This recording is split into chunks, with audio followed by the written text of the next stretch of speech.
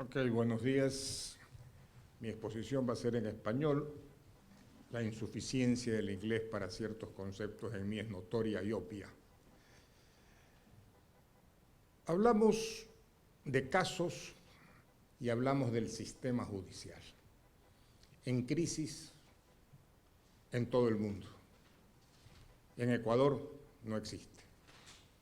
En Ecuador hay un apéndice del Poder Ejecutivo que le han puesto toga, la han separado en el presupuesto y le han puesto un nombre que dice función judicial, que no es otra cosa que sí, que la función judicial que realiza la decisión del Ejecutivo.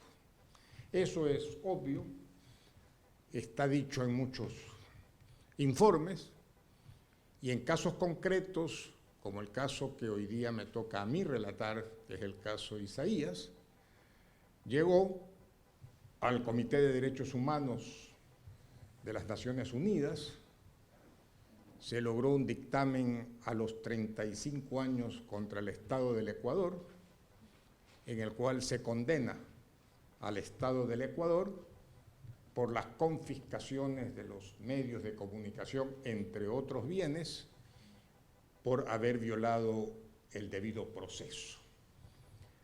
Quiero llamar la atención a los juristas aquí presentes de algo que no se ha destacado con la suficiente trascendencia.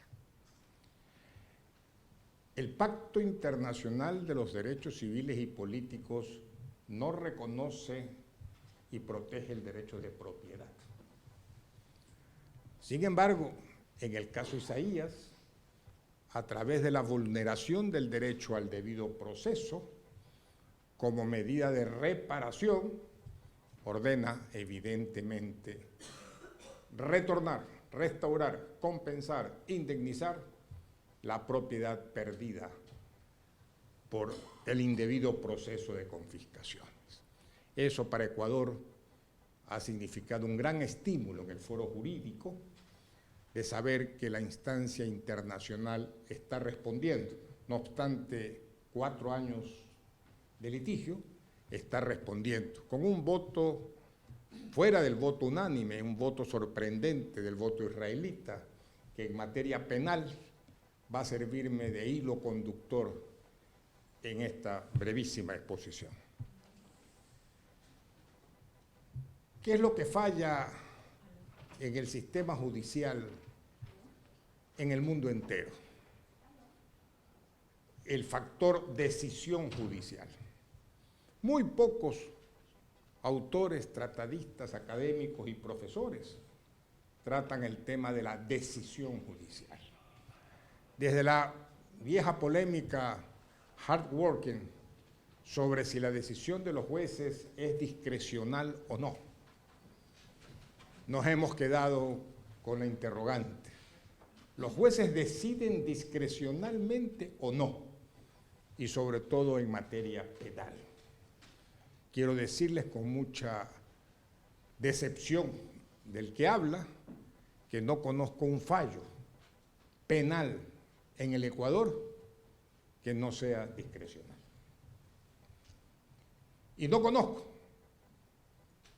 sino rarísimas excepciones, fallos motivados en materia penal que mantengan un orden de precedentes jurisprudenciales o dogmáticos. Esa es la crisis que hay en la credibilidad judicial. ¿Hasta dónde la discreción de los jueces? ¿Por qué tiene esto tanta trascendencia? Porque no hay democracia posible sin jueces. Y no porque lo digamos líricamente o porque lo hayan dicho los precursores de la democracia en la civilización, sino por una cuestión casi matemática y mecánica.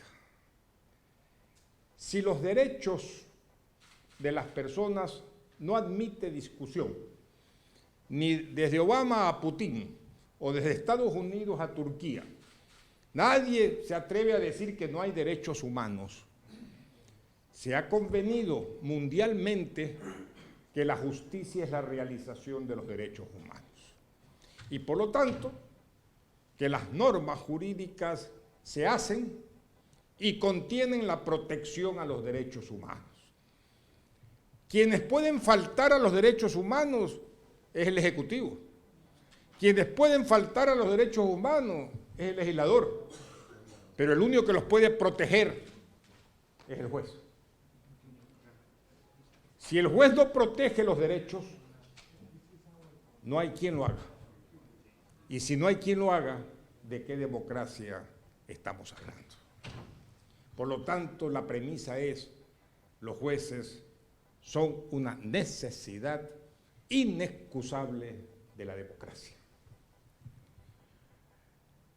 Cuando el Poder Ejecutivo captura, aprehende, secuestra, encarcela a los jueces, es dueño de los derechos. Y si hay un dueño de los derechos, ya no hay derechos. Eso sucede en el Ecuador. Bien lo mencionaba la brillante profesora que me precedió en la palabra. En el 2011, mediante consulta popular, típica arma de las dictaduras populistas, desde Hitler gobernó siempre en base a consultas populares. La ley de las camas vacías fue aprobada por el 99% de la población alemana, que permitió el experimento en los niños y en los infantes. El pueblo alemán apoyó por mayoría absoluta muchas leyes, igual que Correa consiguió que el pueblo ecuatoriano apoye por mayoría el que exista un consejo de la judicatura en el Ecuador, conformado por 5 delegados de él, que podían disciplinar a los jueces.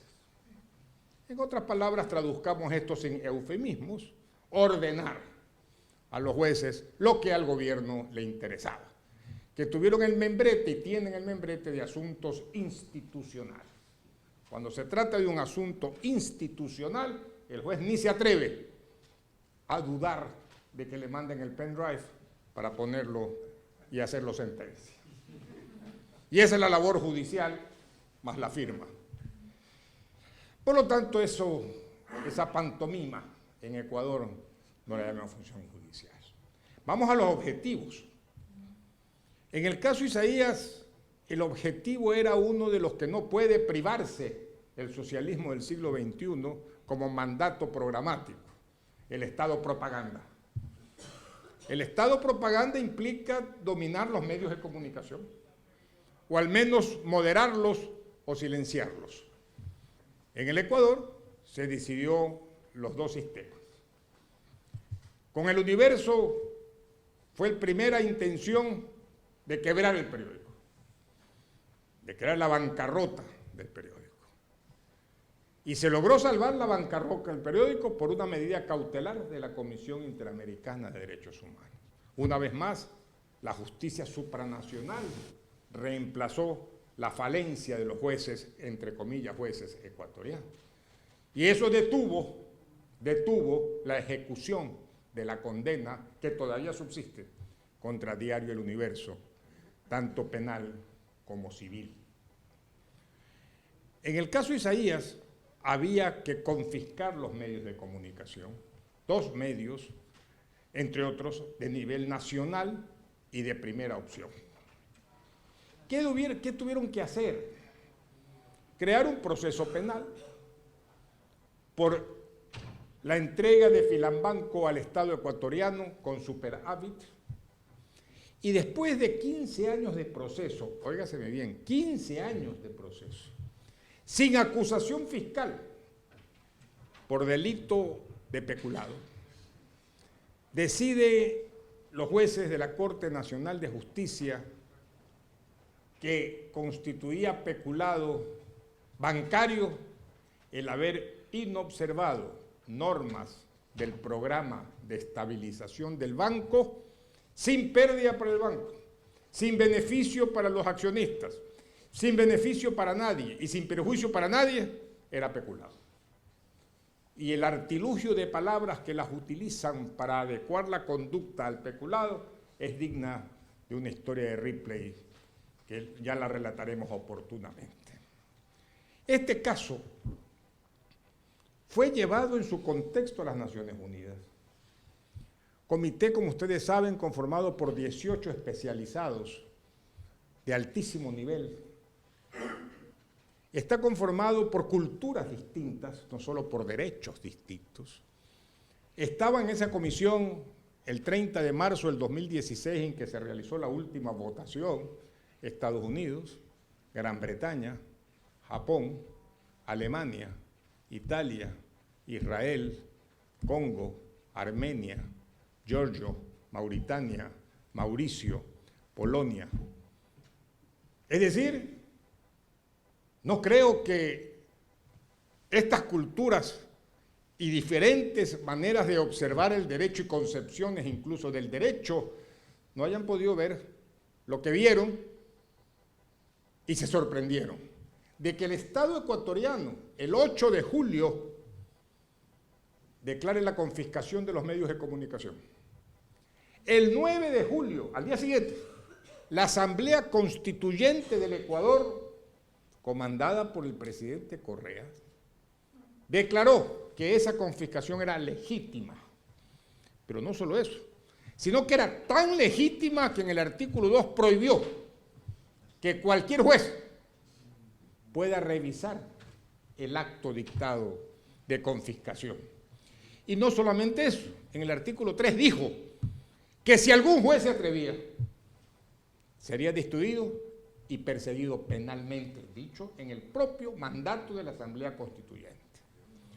Tanto así que en uno de los juicios en el estado de la Florida, cuando se leyó este mandato 13, el juez de primera instancia, juez Thornton, si mal no recuerdo, lo leyó, le preguntó al abogado del Estado ecuatoriano si por si acaso él quería saber si ese mandato también era contra él, que si él revocaba o opinaba en contra también. Y el Estado del Ecuador dijo que sí, que era contra cualquier juez. En consecuencia, el juez se rió muy respetuosamente y dejó el mandato. Hemos llegado a esos extremos. Por esa razón, nunca en ningún auditorio se le ha negado la razón en el caso Isaías. Pero yo quiero concluir solamente ya reflexionando en algo. Señores, tomemos en cuenta de dos conclusiones que vamos a extraer de aquí. Uno, la democracia sin jueces no existe. Hay crímenes contra la humanidad reconocidas en los simposios internacionales. Yo propongo que este instituto lleve adelante la idea de crímenes contra la democracia. Y la primera es cuando se captura la función judicial, se secuestra la función judicial y se utiliza la función judicial para meternos a todos en un solo tonel de indignidad humana, que es la que vive actualmente mi Ecuador. Muchas gracias.